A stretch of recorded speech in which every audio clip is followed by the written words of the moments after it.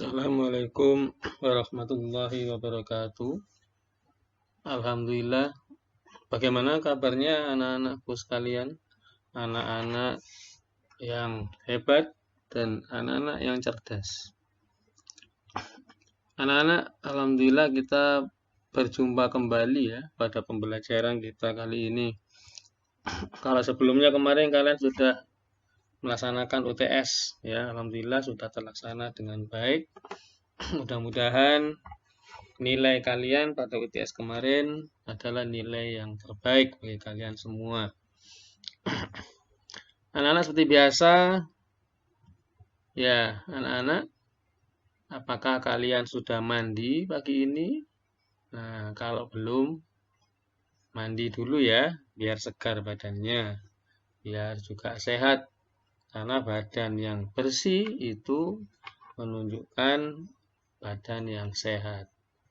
Dan anak-anak, dan juga jangan lupa pakaian yang rapi ya, berpakaian yang rapi sehingga kalian bisa belajar dengan baik. Dan tentu juga jangan lupa untuk sarapan atau makan siang ya. Nah, ayo siapa yang belum mandi, mandi dulu. Dan jangan lupa berpakaian yang rapi. Kalau belum makan, makan dulu ya. Biar nanti belajarnya tambah menyenangkan. Ya anak-anak, sebelum kita mulai, mari kita awali dengan berdoa bersama-sama. Ayo kita baca doa sebelum belajar, dibaca bersama-sama. Kalian tirukan ya. Bismillahirrahmanirrahim.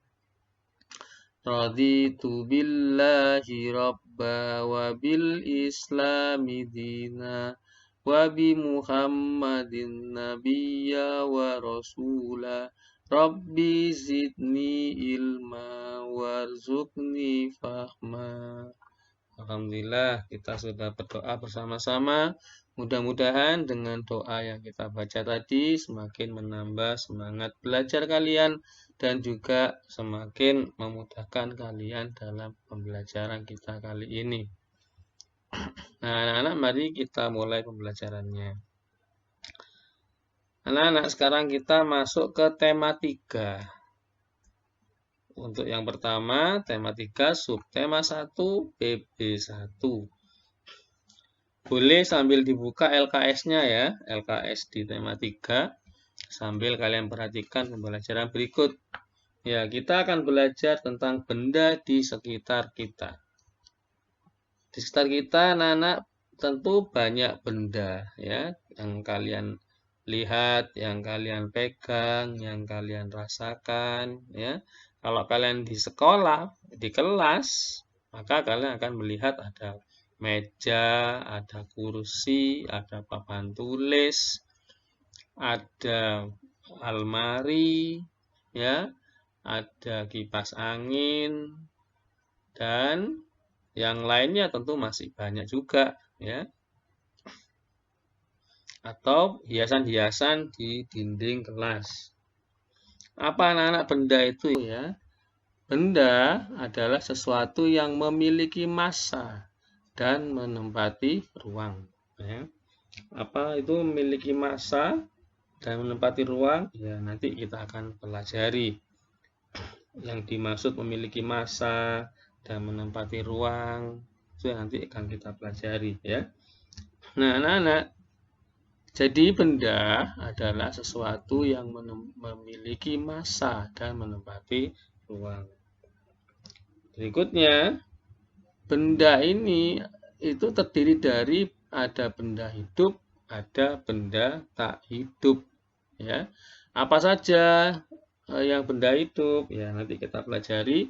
Nah, sekarang anak, bahwa benda itu memiliki sifat, menempati ruang, dan dapat ditimbang. Kok dapat ditimbang? Ya, karena memiliki massa, maka bisa ditimbang. Ya, jadi benda itu, yang dimaksud benda itu bisa memiliki ciri-ciri menempati ruang dan dapat ditimbang. Itu adalah benda. Ada dua macam Benda ada dua macam, benda hidup dan benda tak hidup. Apa saja benda hidup?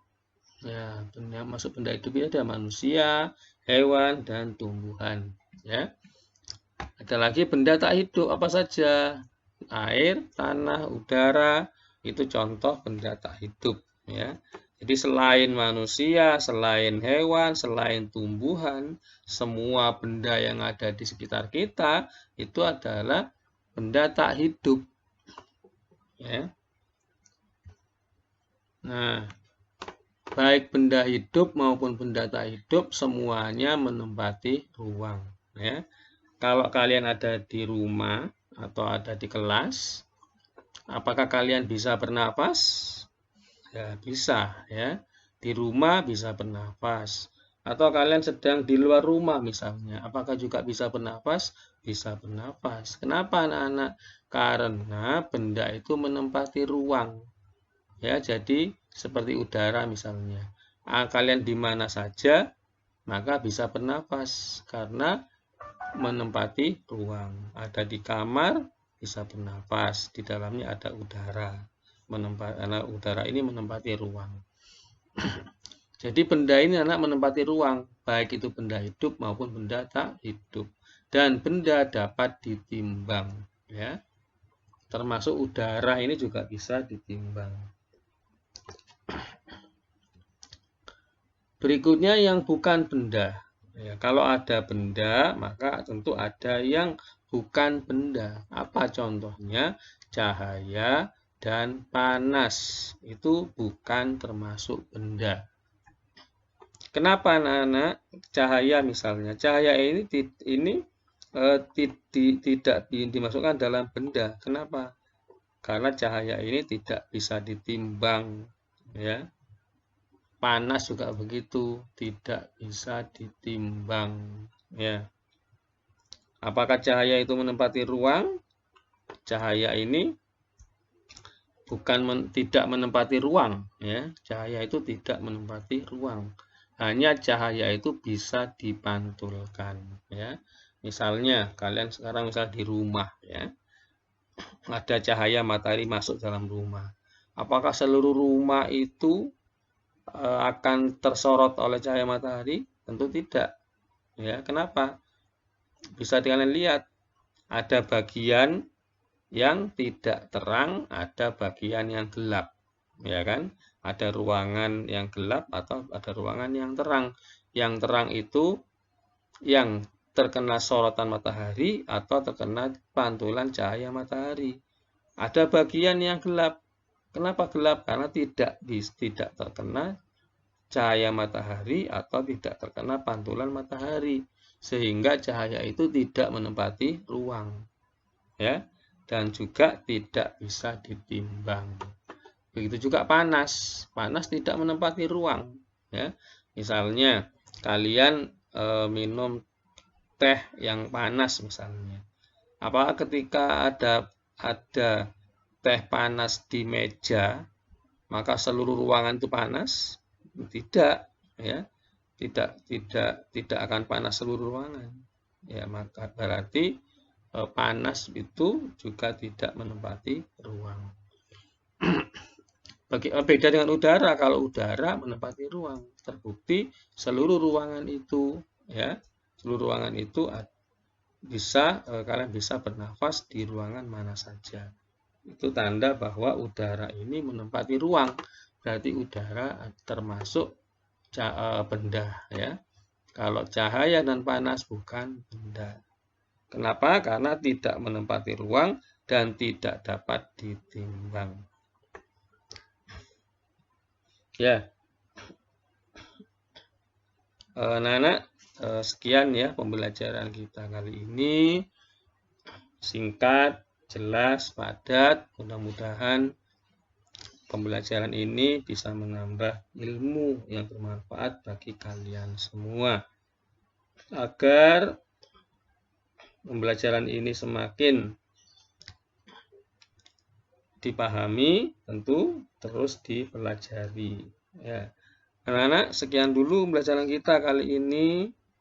Assalamualaikum warahmatullahi wabarakatuh.